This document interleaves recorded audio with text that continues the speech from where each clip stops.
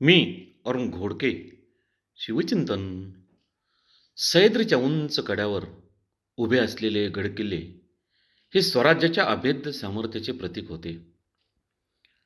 या किल्ल्यावर असणाऱ्या तोफामधून सुटणारे धगधगते तोफगोळे म्हणजे जणू स्वराज्याच्या सामर्थ्याची ज्वालाच होती.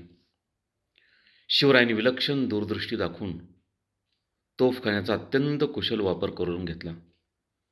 त्यामुळे स्वराज्याची युद्धशक्ती अधिक भक्कम आणि प्रभावी बनली.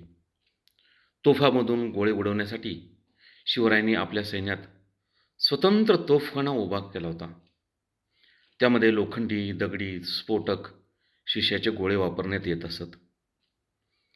तर औरंगजेबाचा भाऊ दारा शुको कंधारच्या मोहिमेला निघाला त्यावेळेला त्याच्यासोबत 30,000 तोफगोळे, 5,000 मन बंदुकीची दारू, 45,000 किलो शिसे, 14,000 दारूचे बाण इतके प्रचंड साहित्य होते.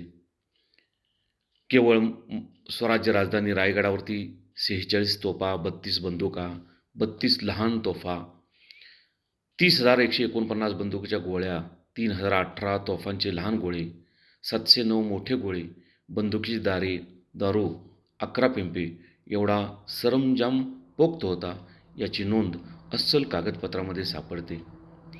तर सिंधुदुर्गावरती 200 तोफा होत्या. एका तोफेस किमान 500 गोळे असत. शिवकालीन तोफखाना, तोफा आणि तोफगोळे हे स्वराज्याच्या युद्धतंत्राचे तेजस्वी शस्त्र होते. तोफांचा प्रचंड कडकडाट आणि आकाश भेदून जाणारे अग्निगोल पाहून शत्रूच्या मनात धडकी भरत असे. बहुत काय बोलणे. राम, कृष्ण, हरी.